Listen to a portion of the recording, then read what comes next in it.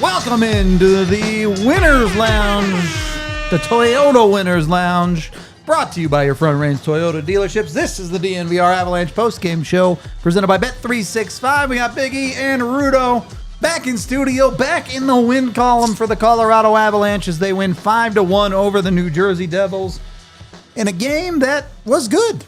It maybe took a little bit longer for the goals to go in the back of the net than you would have liked for the Avs, but they did ultimately go into the back of the net. Certainly a step in the right direction, but was this a big win or just a good win? I think it was a great win. Jersey's a good team. It sets the tone for the rest of the homestand. Everybody scored. You know what I mean? Yeah.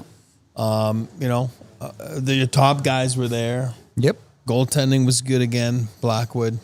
That's a great win because it does give you confidence for those next 5 games.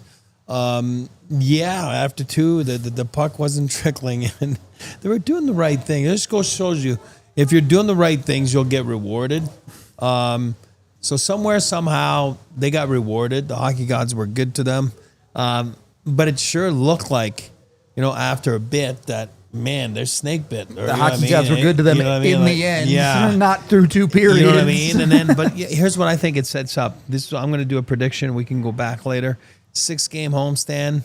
I do say that they score 28 goals. That's what, 4 goals, a little over 4 goals a game? And they put in 5 tonight, so on pace. A little cushion right now. Yeah, on pace for it. A lot to get into here. I think there's a lot of angles to talk about. Both good and bad. Mostly good, let's be honest. But, yes. There were some stretches of hockey. There are some things that I think are fair to be concerned about. But compared to the last 2 games, this one is certainly a success. And, we'll save it a little bit for our 3 stars. But it starts at the top of your lineup, right? Rested top line comes out, shows out, gets what they need to get done. But let me switch that over to the power play. Ultimately, the Avs score 2 power play goals. Both of them pretty big, to go up 2-0 and then to go up 3-1. Both of those goals come off your power play, which is your top guys, but they also failed on a 5-on-3 earlier in the game.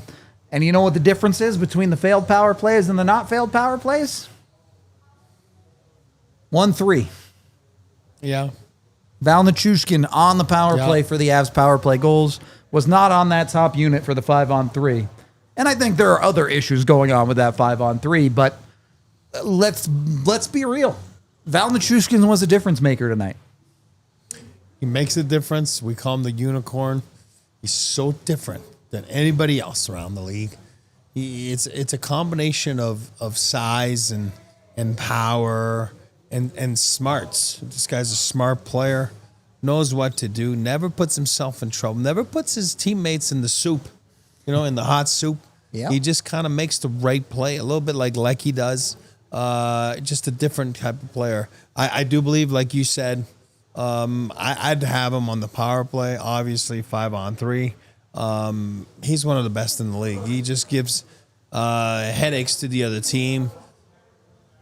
Yeah, the 5-on-3, that full minute, I felt there was a little bit too much zipping around. That's one of the only few negatives. There's a couple more negatives, but this is probably the only negative. It's a no-no for me. As you know, I get scared of those. Yep. It didn't bite them, especially with the bad luck that was happening. And, we're seeing this on the replay, but you don't score on your 5-on-3, and then you take, one of those stupid rule penalties, of not, a couple inches of not playing the puck in the right area there. But they killed it. And nothing happened, so I'm all good. Same. We'll talk about a couple of the downsides, a couple of the negatives, but really, At the end of this game, you felt like you got everything you wanted out of the Avalanche as a response to the 2 games earlier this week. So, well, I guess 1 game earlier this week. I don't know. When does the week start, really? Yeah, whatever. The 2 games after post-break. The post-break games. There you go. That's a good way to put it. Nichushkin doesn't end up on the scoreboard, but look, Eric, you've talked about this a lot. You have to play the right way and do the right things if you want to end up on the scoreboard at the end of the night. And even if Nichushkin isn't getting those points, he's the guy doing the things on the forecheck. He was nails for the Avs on the penalty kill, which goes perfect on the night for them. Those little details, obviously, like, they matter in the moment with the plays, but what you don't realize sometimes is when you're making plays like that, when you're generating chances like that, it helps you down the line too. You feel a little bit more of that consistency. You feel like, hey, we're doing the right things. It's going to come. We're going to get there. Feels like the Avs hadn't had enough of that. And it keeps, his presence keeps the opposition on their heels. You know what I mean? Yep. It just does. I mean, right before going, what was it, 11 goals in 21 games? And it's not just the goals. It's like, you know, tonight he touches the game everywhere. No points, but he's got a bunch of shots, a bunch of scoring chances. Yep. You know, he made plays. Great forecheck. He's a difference maker. He makes a big difference. There's a reason why the Avalanche's a record is what it is when he's in the lineup and when he's not.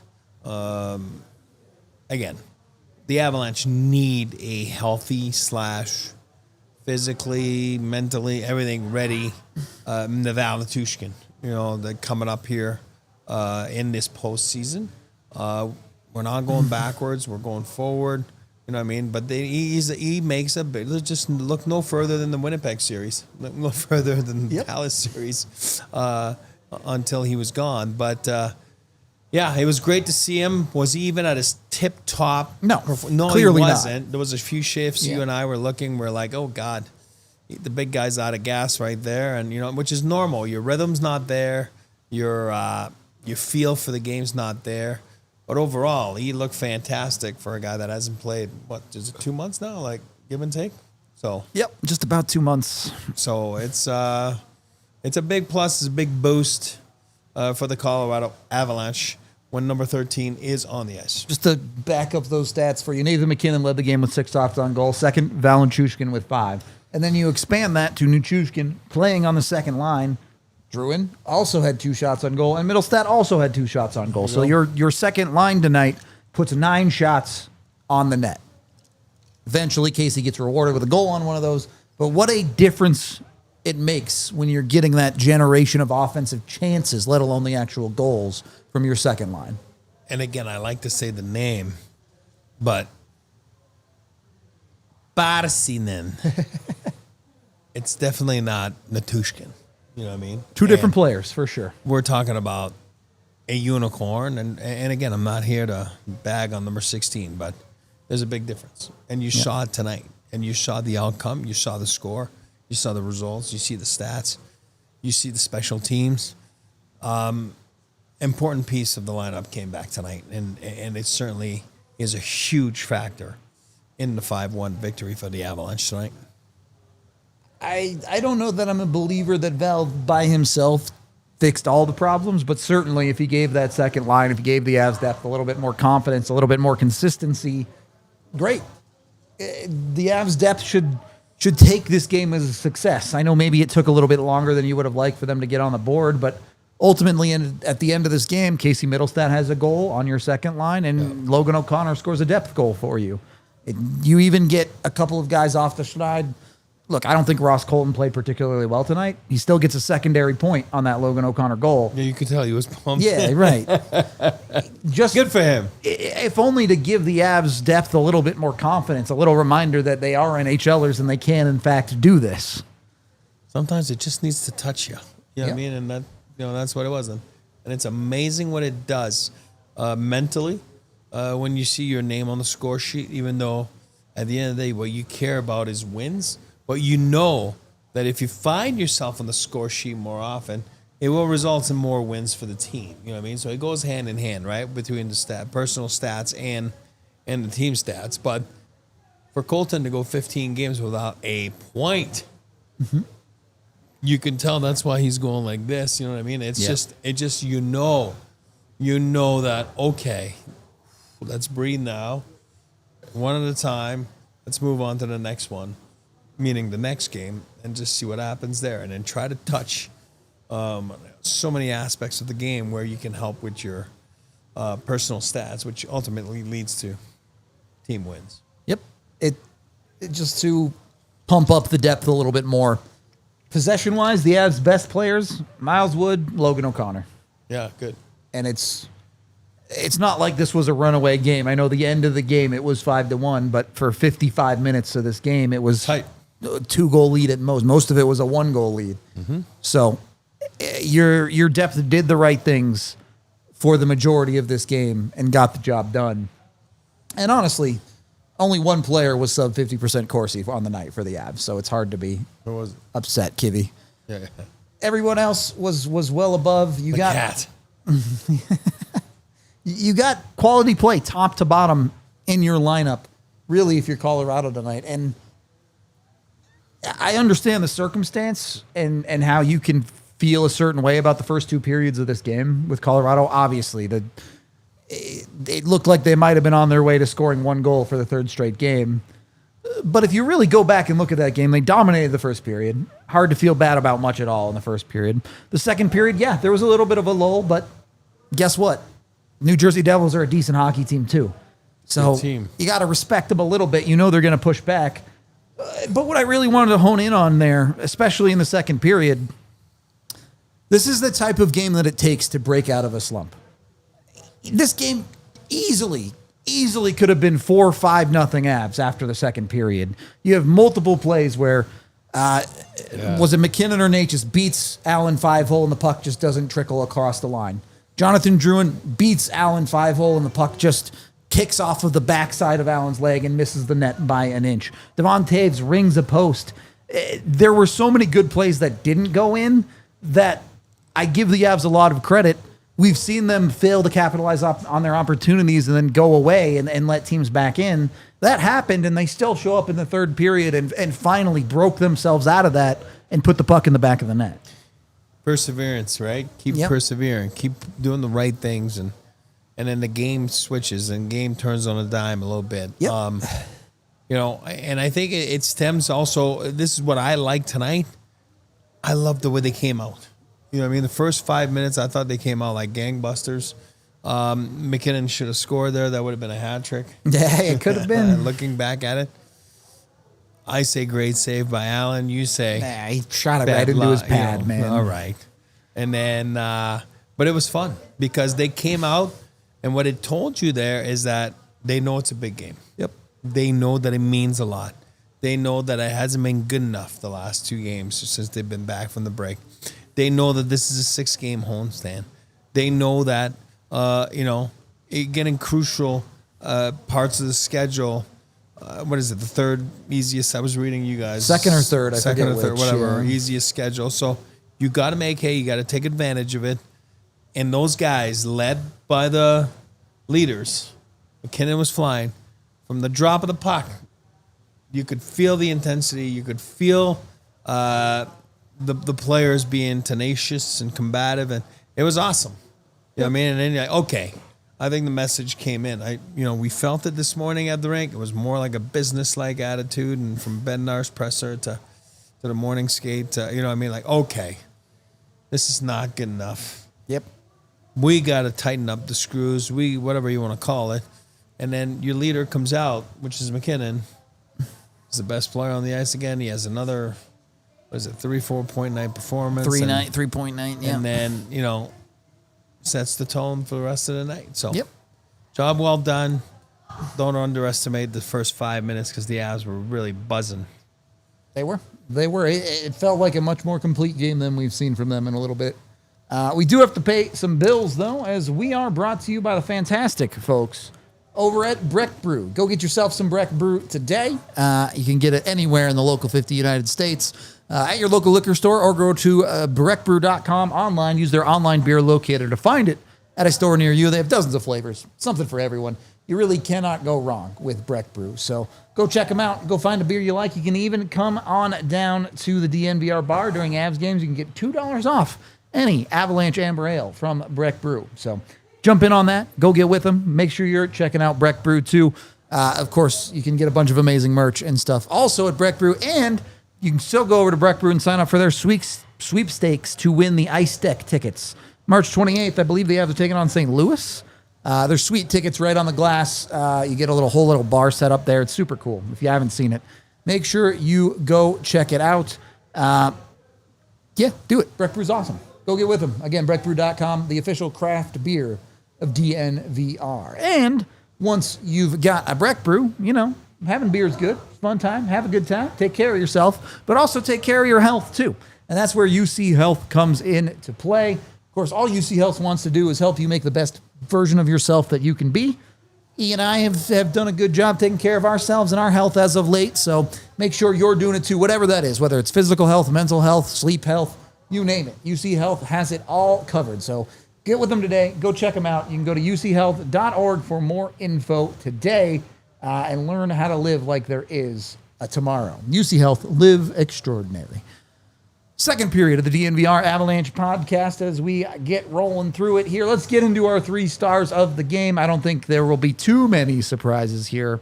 But star number 3, and had a quiet night, made a couple of big saves, didn't have a huge workload, but Mackenzie Blackwood. This is a very different game if you get subpar goaltending.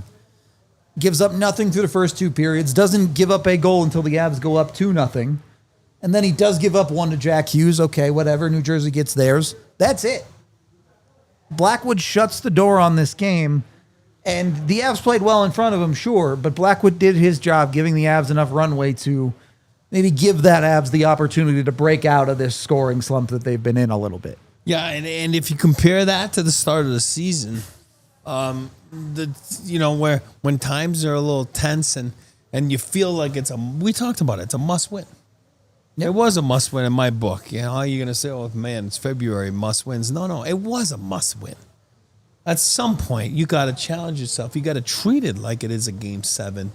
And maybe, even though it's not, just to mentally get you back on pace. But if you treat that to the start of the season, for example, where you're squeezing the stick a little bit, then you're playing a great period, and it's only 1-0, and all of a sudden, you give up 2 gifts in the back of your net. That's what you felt like a little bit at the start of the season. This is what you're not getting right now from Blackwood, meaning the bad subpar performances. Was he perfect down the stretch there before the 4 Nations? No, we all even know. Like the Edmonton game, he was okay, you know what I mean? But then they won 5-4. He finds a way to make the save that he needs to make. But tonight he makes a mistake on playing the puck and, like in the corner, he gets a penalty. But he made the saves he had to make. He made the quality one. He made the timely ones. And then he gave them a sense of comfort. You know what I mean? That don't worry about it. It's my former team. I know the fellas. They're not scoring again. It was a broken play on that goal. Goes off of Ross's foot, whatever it is. Broken play, toughest play to defend in hockey. Why? Because you can't plan for it. It's a broken play. So, see, best commentator in the league for nothing. But anyway, Mackenzie Blackwood's a great choice. And I think I don't know what the plan is goaltender wise, for the 6-game homestand there. They got a lot of rest. Yeah, that's my point. Should be a lot of Mackenzie, you would think. I think Mackenzie's going to get some games here. And again, as you know, I love Wedgwood, so I'm not worried about Wedgwood. He's going to get himself ready. But if Mackenzie can keep playing like this and be a dominant goalie, then the Avs should be in for a great homestand here. Well, the in-arena boys for us did catch up with Blackwood, so let's hear what he had to say post-game about this one. I listened to him. Fair. Yeah. Thanks so much. Appreciate it. Yeah, no problem. Back strike up. Sorry if you already got asked this. Good. How do you see this game kind of unfolding? It was pretty tight for most of it, and then you guys kind of blow it wide open at the end. Yeah, I think we played kind of almost to a T. The game plan that we set out to play at the start of the game. So, I give these guys a lot of credit. They were fed the game plan. They went out and executed it hard all night long, and it was fun to watch. Was that the first time you've taken one of those penalties? I don't know, probably not the first time, but it's not very common. I was gonna say. Yeah. After a game like St. Louis, too, how does it feel to kind of get this one back in front of a home crowd and kind of get that going for the homestand coming up? Yeah, I mean, we need points. We know that.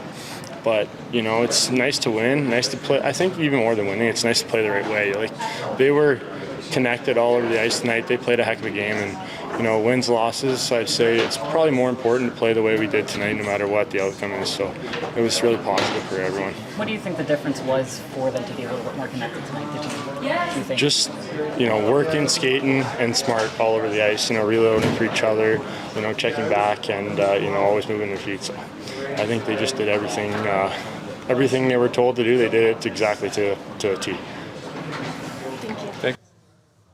All right. Goalies are fun, but let's get into the guys who actually produce some points. Star number 2, Marty Necas. Kind of a quiet night. I actually, through the first half of the game, didn't love his game that much, if I'm being honest. But he ends up with a 3-point night. 3 assists, is the setup man on the night, helps create the Avs some critical goals on that power play, especially to put this game away. Look, that's all he's given you more than you can ask for. Necas has come in, fit in fine, been the production that you've wanted out of him. It really feels like a match made in heaven when he's playing with guys that aren't exhausted from a Four Nations tournament. But what I see from him is, this is just me, is having fun. I think it's very important. Yeah. I go back and I always compare those guys, when I say those guys, those top-end elite talent players to artists, right? You know, they beat to their own drums a little bit about their games. You know, they got to be creative. They got to pressure to produce. Yep. This guy seems like he's having fun. You know what I mean? Yep. And like you said, I think he gets it. He knows when to shoot it, but he also knows when to give it to Mac. You know what I mean? Like, and I think it's been a good little thought process for him to figure those things out. And I think he's that's why they've had a lot of games where they have multi-points, you know, in a night. And he's a smart player, knows what he's doing. Again, what a find, you know, on a trade where, again, we're not going back to the Mikko trade, but if you're going to trade Mikko Rantanen, for all the reasons, whether he had no choice, it's not for us to decide. It's all good. You come out and then you talk again at the rink this morning. You're talking about New Jersey Devils, like front office people and TV people, and they're like, man, oh man, like, you know, because they're used to him in the Eastern Conference. Yeah. They're like, that was a get for them to, you know what I mean? Yeah, lose Mikko, but you're getting Marty Necas, you know what I mean? And they felt that, you know, everybody feels that with Nate MacKinnon, it's an unbelievable combo. You saw it tonight. Here's where I'm really sold on Marty. Yep. Tonight, felt like the Avs needed a guy to simplify a little bit. Take a look at Necas' points. First point, gets in behind the net, does the dirty work. Makes a beautiful pass, makes a great play to Lecky, but does the dirty work first. Second point, shot on net, low, off the pads, ends up being an assist off of the rebound to Nathan MacKinnon. Yep. It does not have to be the fancy stuff all the time. Your best players can play simple hockey and still find ways to succeed. That is where Marty succeeded tonight. He said, you know what? I'm playing with a monster of a player in Nathan MacKinnon. Yep. You know what? I'm playing with a Lehkonen that knows how to get to the right areas of the ice. Maybe if I just do the simple decision with the puck tonight, we'll end up scoring some goals. And when you see your top players do that, get greasy, get dirty. Yeah. You know, it rubs off on you. It's infectious. If these guys can do it, then we can do it too. And I think that's what led a little bit, like we saw some goals at the end. Like, you know, for me, the Logan goal, that's a greasy goal. You know what I mean? Because you're going with just stick down to the net, you're crashing hard. You know, I'm making things so complicated. I look no further than what? The first play of the game or second play? Kel McCarr goes down and give it the old Ray Bork shot, right? Far pad. A little wrister on the far pad, and Mac should have scored, doesn't score. You knew that was the name of the game tonight, the game plan, simplicity. McCarr, not a star, but Again, look at their second power play Bucks goal. on that. It's a shot, a fortunate bounce goes their way, Max in the right position. It ends up in the back of the net. Simplicity. And when your leaders and your top end guys do that, it rubs off on the rest of the team. And what I really like about that as a team is the Avs figured it out as the game went on. You talked about that 5-on-3. It was bad. The first 30 seconds of that 5-on-3 is the opposite of that. It's dudes standing around, passing the puck, not playing smart, simple hockey. Yeah. But thankfully, in the third period, they said, enough of that. Let's go do what we have to do to win this game, and got the job done. Where last week, they don't score, they get a no on that 5-on-3 or whatever it is. All of a sudden, the other team goes on the power play, and boom, they score. Yeah. Where tonight, they got lucky. Listen, the PK was good, but they got lucky. Jersey on that power play, you said it. They shot the puck 3-4 times wide. They were bad. You know were what bad I mean? on Like that power play, open net, not open nets, but open chances, and they're shooting the puck wide. So they dodged a bullet there, and then they got a little bit of hockey god luck on their side, which they haven't had. All of a sudden, they got a little bit. It didn't cost them anything, and then they were able to, all of a sudden, get back to normal, get back to carry the game, and go from there. Marty did talk in the locker room a little bit about his success, in Colorado so far. Let's hear what he had to say. Marty, I believe it's 11 or 12 points at this point in 11 games. Feels like you're settling really nicely. Would you agree? Yeah, I mean, we played good hockey before the break, and then, first game in Nashville, we played good but didn't get the result, and then St. Louis, it's probably worst I've seen us play, and big bounce back. Just you got to keep building on this. It's we're battling every night is a huge win for us, and it's nice to be home now. What adjustments were made from that back-to-back to tonight? Just get on the forecheck, work hard. Felt like we were a little flat the second game against St. Louis, and brought a good energy. Fans got us going at the beginning, and we got it going. How comfortable are you feeling right now with the Avs systems? Yeah, it feels good. I mean, we play a system that kind of fits me, I would say. So it's definitely nice, and still trying to improve, and it's just day in, day out, and trying to get better. Natchez, I think he's probably enjoying with arguably the best player in the NHL right now in Nathan MacKinnon. A 3-point night for MacKinnon as the first star of the game. First player in the league to hit 90 points. First player in Avalanche history to score 200 goals at Ball Arena. Some guys have scored a lot of goals, but they came in McNichols, some of them. So MacKinnon is the king of Ball Arena when it comes to goal scoring. Max Beast. What else is there to say? When the guy isn't coming off of a 3-4 where he traveled from Boston and played some of the biggest games of the season in the Four Nations, when the guy is locked in and ready to go for the Avalanche, tough guy to stop. He's shooting the puck more. He's scoring goals. He's doing a lot of things that the Avs need him to be doing, and it's fun to watch. Yeah, and 3 and 4, and let's not forget, we're seeing a lot of footage now from that Thursday night. It doesn't look like they had a lot of sleep, and they should. You know what? They worked hard.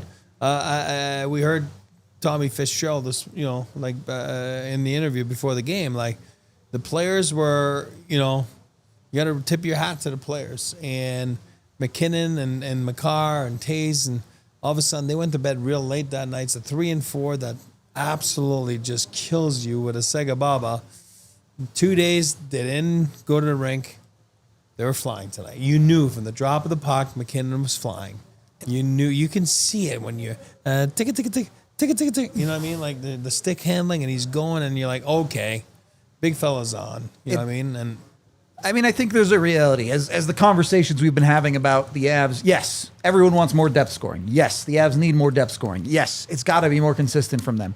But at the end of the day, when the chips are down and you need to win a game, you need a guy to score a goal, you need someone to do something, they're not going to Logan O'Connor and being like, look, we need you to get this done. No, they're going to go to Nathan MacKinnon, and he's got to be the man.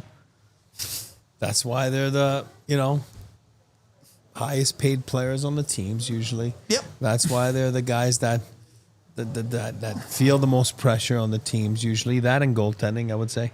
So that they know how to do it. They knew. He knew tonight was a big game. He heard us. Yep. He does listen, that it's a must-win game. Then he was like, you know what? Don't want to let Rudo down. Don't want to let Tiff down and DNVR Avalanche chat down. I'm going to go out there and bark. and he certainly barked. Mac is funny because the way we were so lucky we watch him every night, and you can tell when he's skating if he's going to have a good game or not. And then it doesn't matter if he has 5 points or 0 points. He plays the same way. You know what I mean? Like, and you're like, oh, wow. All right, I feel pretty good about his game tonight. You know what I mean? Yep. And then you look at the score sheet, he's got 5 points. You're like, all right. Yep. And then some nights you're like, oh, wow, really feel good about his game. He's got 0 points, which is very rare.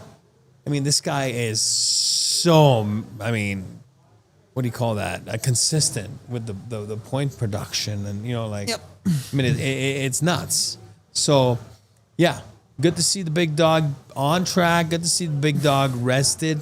Need to see the big dog flying for this 6-game homestand to really set the tone for the rest of the season to carry them right into the playoffs. Set the tone and set your healthy tone. Mac is the UC Health Live Extraordinary player of the game for tonight. Again, uchealth.org. Make sure you're taking care of yourself with them. Do want to hear from Mac, but let's make sure we pay some bills first. As we are brought to you by the folks over at Game Time. And make sure you're getting with Game Time if you need tickets to pretty much any sporting event or any event on the planet, as far as I'm concerned. Game Time, when you download the app and use code DNVR, you can get $20 off your first purchase with them. And when you use your Game Time Picks feature, you can get the best tickets for the best prices based on what you're looking for. They'll filter out all the junk. They'll only show you the best deals, and you'll get in the seats you want to be in when it comes to just about any arena. Not just sports, too. You can go to the theater. You can go to the concerts. You can go anywhere when it comes to Game Time and their Game Time Picks feature, and they even guarantee you the best price with Game Time. If you want tickets cheaper somewhere else, they'll reimburse you 110% of the ticket price. So use that DNVR code and get $20 off your first purchase with Game Time. Of course, terms and conditions apply. What time is it? It's Game Time, baby. Once you've got your Game Time in, make sure you also have a good way to get to the game. And that's Toyota. Jump in with Toyota today. Go to your local Front Range dealerships. Get the right car for you. They have a vehicle for everybody. Trucks like the Tundra, SUVs like the 4Runner or the RAV4, sedans like the Corolla or the Prius or whatever you need. Even crossovers and hatchbacks, they've got it all. Toyota has 17 different all-wheel drive vehicles, so you don't have to worry about that. They've got 16 different hybrid vehicles if you're looking to save money on gas. I know some people on the watch-along promised some long road trips to come out to the DNVR bar. Hybrid might help you save some money to get on those. Do it with Toyota. And, of course, when you are going to Toyota, they are the official vehicle of DNVR, so get to your local Front Range dealerships, including AutoNation Toyota Arapahoe and Centennial, Colton Toyota in Boulder, Group Toyota in Littleton, Mountain States Toyota in Denver, Stevenson Toyota in Aurora, and Stevenson Toyota West in Lakewood. Toyota, the official vehicle of not just us here at DNVR, but the Colorado Avalanche, too. Toyota, let's go places. Throw this one in, too, because I forgot to do it earlier. We are brought to you by Bet365. Appreciate y'all. Make sure you get over with Bet365 and use the DNVR365 code today. You bet $5 on anything, you'll get $100 in bonus bets. Win or lose, you don't even have to win the bet. So jump on with them. Make sure you're doing that. Go get with them. And, of course, bet on whatever you want. The Makar power play point, hit today. That's a plus 190. Easy money. A bunch of other options, too, away from hockey. So do it with Bet365. Of course, when you gamble with them, you must be 21 or older, physically located in Colorado. And if you or someone you know has a gambling problem, card text 1-800-GAMBLER today. Third period of the DNVR Avalanche podcast. Let's hear from the first star of the game in Nathan MacKinnon. Not really. I don't know. Trying harder, maybe. You had kind of a weird 3-4 months of not being able to score on the power play. You get one right before the break. You get two more tonight. I guess is the right time to finally be putting some of those in the back of the net.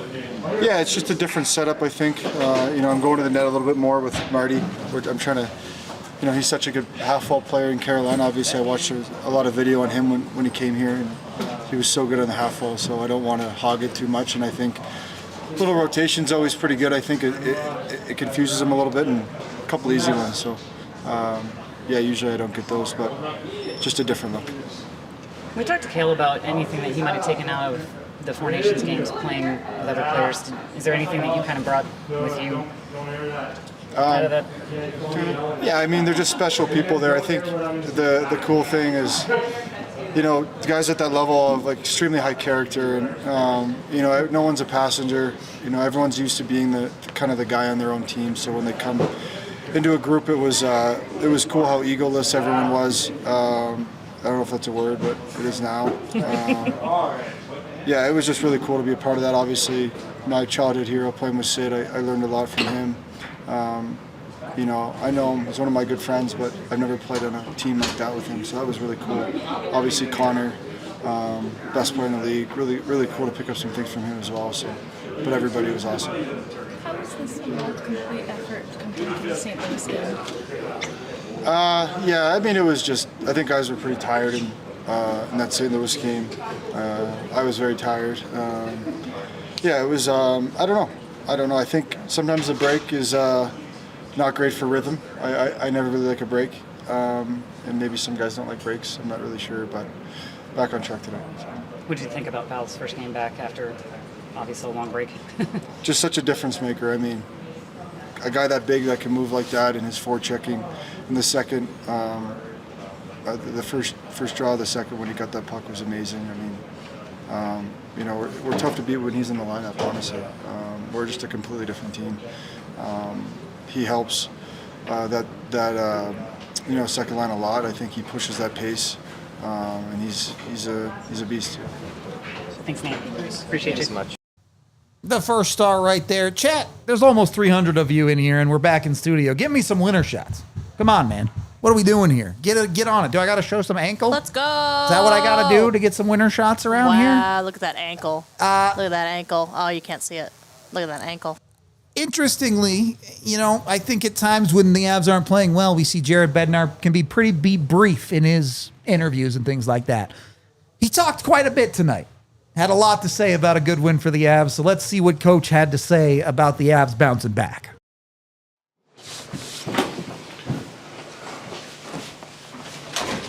Okay, go ahead, guys. Jared, when you look at kind of that game as a whole, is that kind of your ideal performance start to finish? Yes, absolutely. Highly competitive, passionate hockey. That's what it was. And no passengers. I love the effort and the competitiveness and the execute, like, from all of our lines, all of our players, doing whatever they can do, playing as hard as they could possibly play in order to get us a big win. Like, that was a huge game for our team because morale was kind of low coming out of the 2 road games. We kind of put things into perspective for them today, and yeah, we want to embrace this stretch run, right? That's what we want to do. We want to enjoy it. We want to embrace it.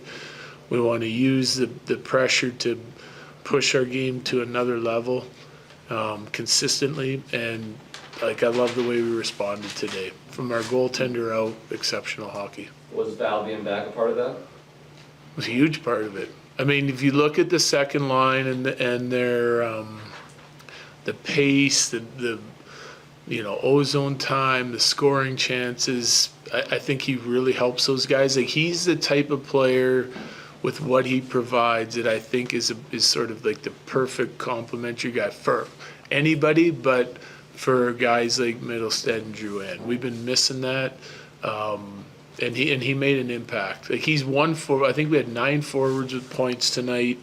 I think he was one of the guys that didn't get one, and he had a huge impact on the game. And that's just what he does. He's checking the puck back all over the offensive zone, forecheck, tracking, skating with it in the neutral zone. He's a net presence. He's just, I mean, he makes so much stuff happen on both sides of the puck that I thought he had a great game for his first game back. Like, that was, it's hard to come back after missing that much time and step in and, like, kind of look like he didn't miss a beat. It looked for the longest time like it was going to be one of those games where you guys could have had 3, 4, 5, but end up with 1 or 2. I guess when you talk about team morale and 9 forwards getting on the score sheet, winning, yes, obviously is the goal, but was it crucial for those guys to get on the score sheet there? I think it helps. It helps just confidence, morale. Like, if you're feeling good about your game and you know you're playing hard and playing well, part of it is you got to get rewarded every once in a while. And that was one of those games that one felt like, I thought we played a really good game in Nashville. You know, I touched on that. And you just can't get them to go. And I felt like that in the first period and parts of the second. Like, we get the there was a rebound chance that we put through the goalie, the other side. Nate shoots one, it leaks through him, stops on the goal line. Like things like that, like when things are going really good, they're going in. And like I just felt like we were so close and so close. Blackie made some big saves at key times, but I felt like we could have stretched out that lead to 5-on-3. We get a couple good looks and opportunities. We hit some, we miss on some. He makes some saves, but like we had there was good resiliency there. Like we just stayed with it. I felt like our team like never stopped working. The second period for me got a little bit. We had some ozone blue line turnovers. We had some turnovers high in the offensive zone that led, like we got in a little bit of a track meet there, and then we calmed things down and started to get back to our game. But I like the way like we responded out of some of those situations. It was a really good overall game for us. Is that something you hope Middlestack can build on, not just playing with Val, but yeah, get back on the sheet? And not just Mitty, like our whole team, like. Because I know we can be more dangerous offensively than we've been, okay? So we've been driving home a couple different messages tonight. But I'm just from the eye test watching it, and before I meet with the team tomorrow, like we were shooting the puck. Every time we broke coverage, we'd shoot the puck. And we had guys crashing the net. We had guys around the net. You're not going to track down every shot, every rebound to get a deflection, screen, rebound opportunity net front. But if you do it repeatedly and you're doing it well, eventually you're going to get there. And eventually we did, it's a matter of getting there over and over and over again. And it's hard to play that way. But that's where the goals are scored, net front. But can that help Casey's confidence? I think it can. It can, absolutely. With Val, 2 months off, comes in like that, like we watch him spend a lot of time with Toby in practice. How important is a guy like Toby for a situation? It's really important. Like that was a position we added a few years back with Sean, right? And Toby took over for Sean. And like it's no secret, like 375 man games lost last year. We're 257 after tonight or something like that. Like it's a crazy number of man games lost. Guys in and out of the lineup all the time. So you're already missing the guy that's out when you're playing.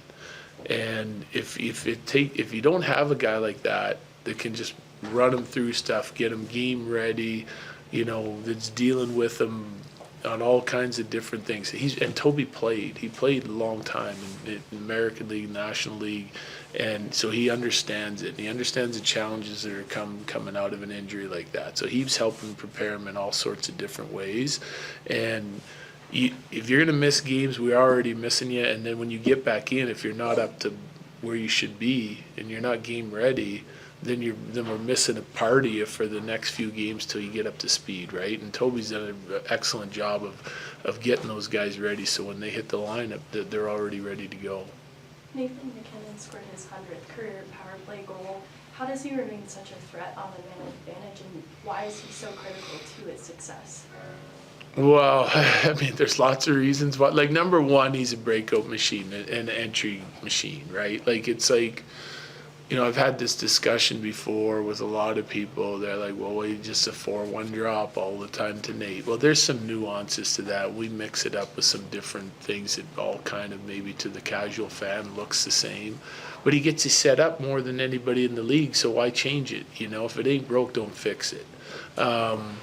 So that's one. So you're already, draws on the right side. One area of the game that Nate's really improved is his face-offs. It's just like he's putting more importance on that, this year than other years, and he's winning lots, and it's leading to more time in the offensive zone. What I really liked about his game tonight, we know what kind of a threat he is when he's up in the umbrella. What I liked about the one tonight is him and Marty have been interchanging positions a little bit, and Nate goes right to the net. Look where he gets the goal. It's right in the blue paint, no corner of the net, and so I think he's adaptable, and tonight he moves out of his normal spot and gets rewarded for it because he does the right thing and goes to the net. There's a lot of movement on that power play, and the second power play goal, that's a huge goal for us, right? They get one off the face-off, we have a breakdown, we bounce back with drawing a power play, and then be able to capitalize on it kind of secures the game for us. Last one, please. Talking about his, I actually asked him about the fact that his face-offs have improved. Is that something that you had a discussion with him about, or is that something that he just kind of took on his own? Yeah, no, I think it's like, I think you get playing and sometimes there's so many details to the game and things that Nate has to be good at and that he focuses on, right? And yeah, I think it's just elevated desire in that spot. You know, he's obviously got a great stick and he's quick as you can be. So like, and he's strong. So like, that's what you need to be a face-off guy. And you work on some technique and it's just extra effort and to get prepared to face centermen and then to, you know, dig in and find ways to beat them. And, you know, that's a stat that you'll see will fluctuate a little bit, but I've noticed this year that he's been much better in that area, which helps us a lot.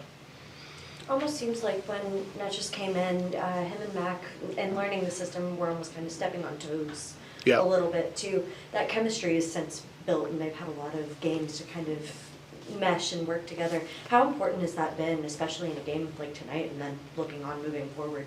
Well, I mean, it's crucial. It's our top line. I mean, if they're not in sync and there's a disconnect, then, you know, things aren't going to work real well. But and they've had some so-so games since Marty's been here, but they've also had a lot of really good games and productive games. Like, the only one game that I didn't like them as a group was the St. Louis game since Marty's been here.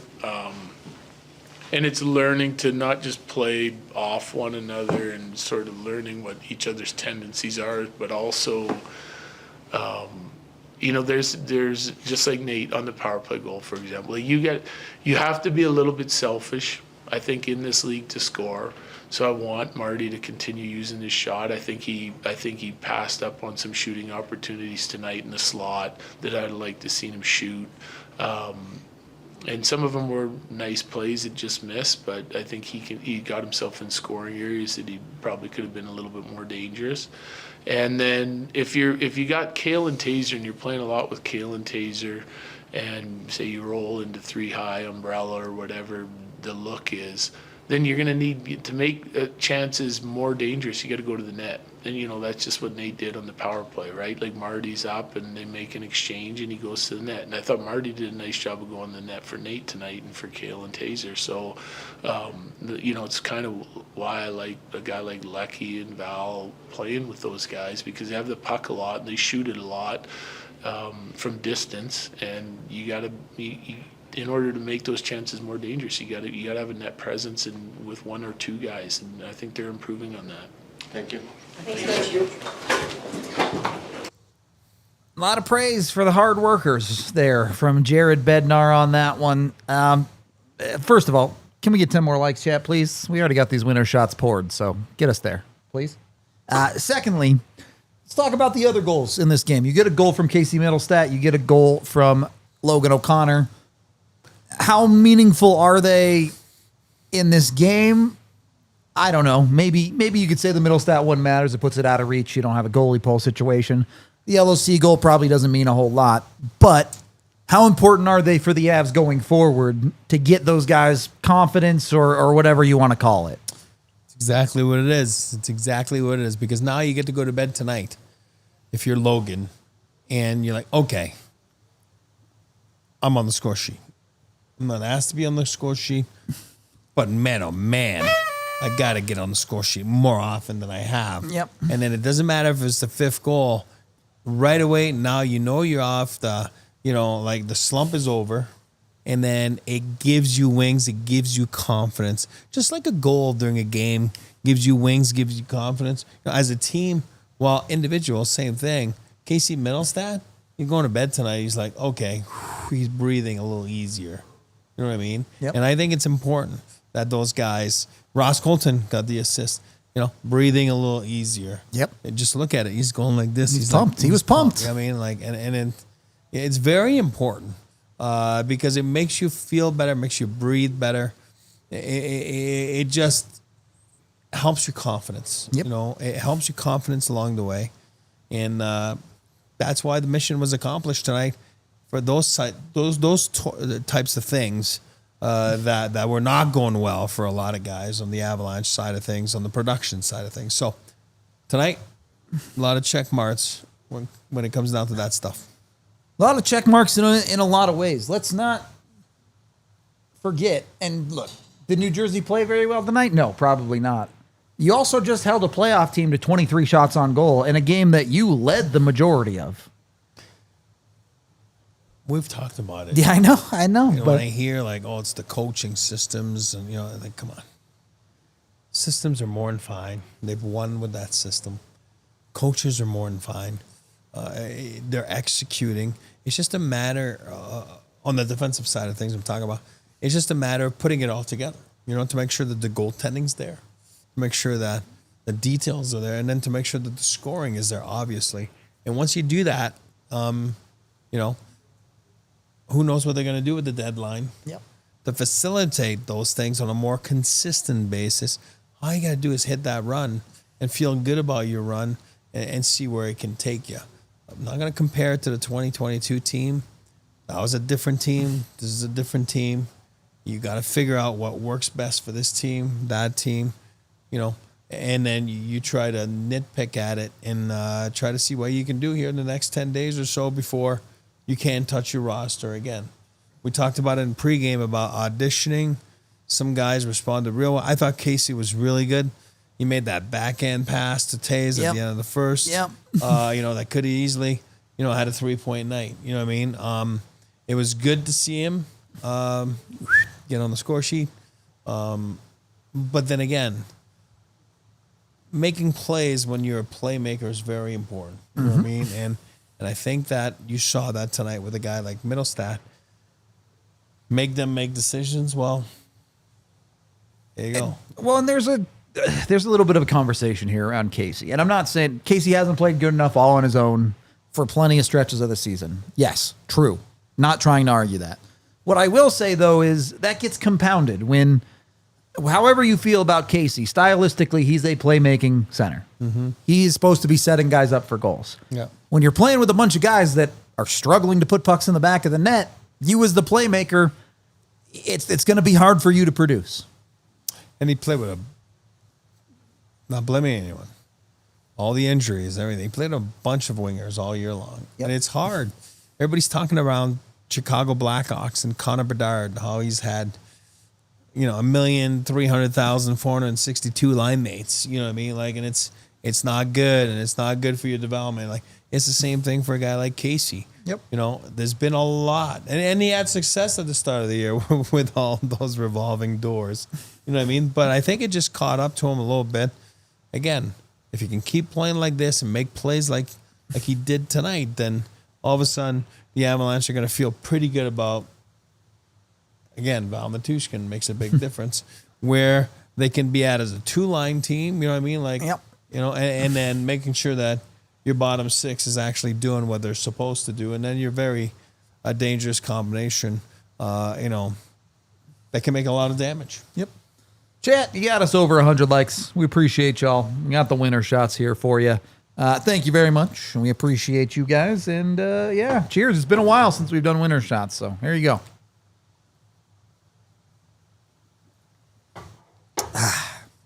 All right. Let's keep things rolling here. I do want to bring up some of the numbers because the underlying numbers of this game was thorough domination from the Avs. They really played a pretty darn complete game tonight. High danger chances, 11-5 in the Avs' favor. They won the possession battle in every single period of this game. Actual scoring chances, 33-19. They were taking it to New Jersey at 5-on-5 for the majority of this game. They also won the special teams battle, up 2-0 in the special teams category. They were just running roughshod over New Jersey as a whole. Your top guys did play a lot. 25 minutes for Makar, 24 for Taves. MacKinnon ended up with 21. But you also got a decent spread of ice time, especially when you look at the forwards. That second line was pushing 16, 17 minutes apiece. Your depth lines played a little bit less, but Drury around 13. Enough that you don't feel like you're burning out your top level guys with the level of play that you got up and down the lineup tonight. The Avs even won the faceoff battle. No way. 52.9%. Just barely, but they won it. It's rare. So it was a really well put together game, and frustrating that it took the 2 losses that the Avs had out of the break to remind them what it takes, but good to see it show up. Yeah, and we talked about it. Drop of the puck. You know what I mean? Like, it was, they meant business. Go back to Bednar's presser there. The line, that sticks to my head from, again, I hate the 4 Nations break because it skews the days and numbers of games. But let's say 5-6 games ago when he was talking about too many passengers. Yeah. Too many. Tonight, said no passengers. Yep. You know what I mean? And I'll tell you one thing. When a coach is mad at you after the game, it's too many passengers, and you know who you are. It's funny because you're always thinking, like, is it me? Am I one of them? You know what I mean? And again, I always said, if you're questioning it, probably It's were. probably you. You know what I mean? Yeah. You probably were a passenger. So tonight, he said no passenger. He said passionate hockey. He listens to our keys, as you know. He puts them up on the board, and he takes credit. That's fine. If he wins the Jack Adams, maybe he'll let us know. But, that we were a part of it. But anyway, it was fun because they understood the assignment. They understood the assignment tonight to come out swinging, come out flying, come out with some passionate emotions and know what it means, this 6-game homestand right now. And it was important that they started on the right foot, and it was fun to watch to get them going right off the bat. The biggest win of this game is the win. The second biggest win? No injuries. Bingo. And they looked a little bit close at times there. Kelly had an ice bag on his hand. LOC looked like he jammed his arm into the boards, but then he comes back and scores a goal at the end of the game. So it looks like the Avs got out of this one with no injuries. No practice. Give them the day off tomorrow. So see you. It works. See, it worked for the 4 Nations guys. They had legs. Coaches, I tell you, they love their practice time. Overrated sometimes, especially those morning skates. Oh, yikes. Waste of time. It's all good. That was my rant. If you win 5-1, I don't care what you do. Just win the games. It should be like, all right, we do what we want now. It works, it works. I'm not gonna pressure it. Do whatever fits on that front. Ugh. Realistically, and we heard it a little bit from Bednar, maybe alluding to opportunities for Nichushkin to move up the lineup. When you see the way the Avs are playing, do you just run it? Do you run this second line and this first line? Do you try to swap Val and Lecky? It feels like it's getting harder by the day to move Marty off that top line. This is what I think he's thinking. Lecky's one of the best 5-on-5 goal scorers in the National Hockey League this year. True. So, forget about power plays. Like, he's one of the best goal scorer at 5-on-5. So I think he's going to keep him there with Mac and Marty Party. But I think what we saw tonight, and all we've heard is the second line. Gotta wake up. You put Nichushkin tonight, all of a sudden, he makes a difference. Were they always together? Nichushkin, no, they scored when he wasn't even there. It was, who was it? Drew. It was Ross Colton was on the ice with Casey and Drew. But I do believe that you keep Nichushkin there because he is a fixer, because he is a guy that fixes all the problems, and I think that he will be a difference maker for that second line. And if Casey can keep going the way he went tonight and made some big plays, then maybe you're on to something. So I do believe that Val, again, you're talking about going to bed tonight, sleeping pretty good if you're Colton. I think Bednar going to bed tonight, sleeping pretty good because he's like, oh, man, that was so much easier with Val there. You know what I mean? You know what I mean? So, 2 days, it felt like the sky was falling 2 days ago. Today, I'm not saying everything's fixed, but you sure feel a whole lot better. Absolutely. A couple of things here as we are winding down the show. Number one, mailbag tomorrow. So be ready with questions. We'll probably put a tweet up either tonight or in the morning. Ask us, come ready and chat with questions. Number two, start getting ready for your Roast My Rosters. Start getting those in on Puckpedia. Make sure DNVR is in the title of your roster. We're going to do that on Monday. We're going to take a look at rosters and talk about them and have all that trade deadline shenanigan dreams. So make sure you're on top of that.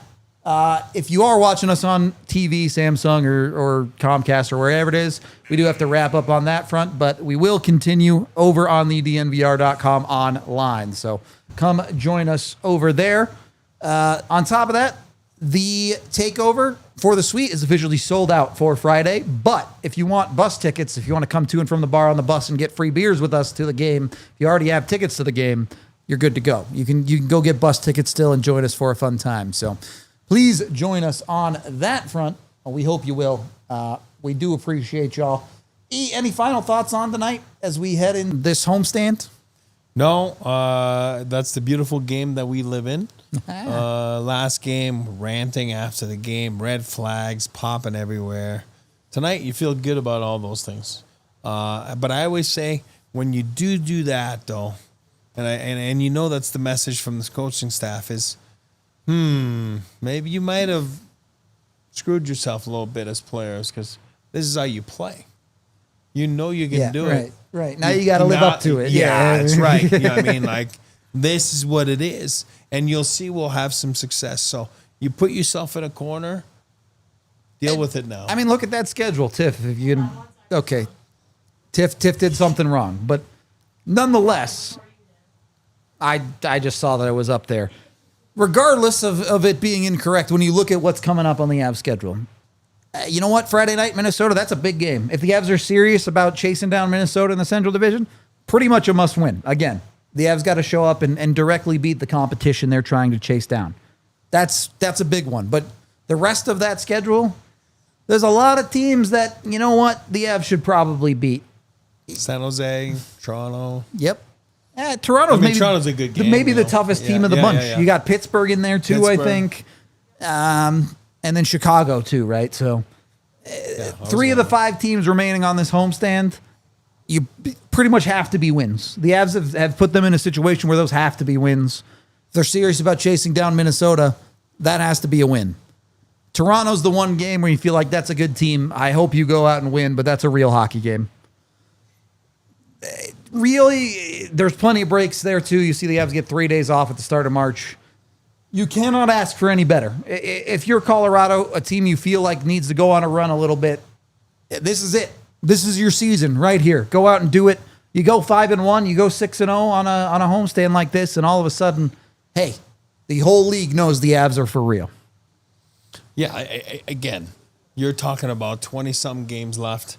It's a statement you got to make. Everyone knows they've been banged up injuries-wise. And now they're starting to get, basically, I don't want to go to Gabe. Well, this is, Gabe is an asterisk. He doesn't count. You're missing Josh Manson tonight. That's literally the only guy you're missing. Yep. So everyone knows, you know what I mean? And again, who knows what they're going to do next week? And every team is looking at this. And that's part of scouting too, because, your GM might call you right now and say, well, what's Colorado going to do? What's Calgary doing? You got to be on top of this. So, every team knows that the Avalanche are now healthy, and it's going to make a big difference here on that stretch. They're now healthy. You rip off 3-4 games in a row here. You win San Jose on March 6th to make it 4 in a row. You give a call to somebody's agent on March 7th and say, hey, we're serious about making a run here. Maybe that's the difference that gets it done on deadline day. 100%. 100%. Winning cures everything. Yep. It just we make jokes about it, but winning cures all. And this is the business we're in. You're in the business of winning games. When you're not winning games, we saw it at the start of the season. Not fun. No smiles around. Miserable. Working the phone lines. Right now, if they can get going, because you were talking about a 4-1 stretch before this. Yep. Little mishap of 2 games. So now you're 5-3. Make it 2 more wins again. You're 7-3 your last 10. 700 hockey. 30-second thoughts here, and we'll get out of the defensive core. You have Shillington in tonight. You had Malinsky and Dahan. Obviously, the Avs played a good defensive game. You keep running it out there? You look Middleton back in, or are you still heavily hunting an extra D? I think they're hunting an extra D, but I leave it like this for now. I thought Shillington was more than fine tonight. He had his best game as an Avalanche in my book. His best game was right before he got hurt, but sure. Oh, true. Sorry. Yeah. But again, it's been a rough go. You know what I mean? And DeHaan was fine. Malinsky was fine. I mean, those guys did their job, and everybody did their job. Agree. So it was nice, and I like the fact that they did me a little tribute there. Coming out of the bomb. Nice people, nice family, good team guy. He was a big part of the Avalanche in the locker room. I know on the ice he didn't play a lot, but he was a big part, beloved by his teammates. And I'll tell you one thing, I talked to the trainers this morning, equipment guys, they love him in Jersey as well. You win a cup, you get a tribute. That's the rules. Absolutely. Just to wrap things up, Av schedule. You're not getting your wish. They do practice tomorrow. I know. They are taking Saturday off, though. So.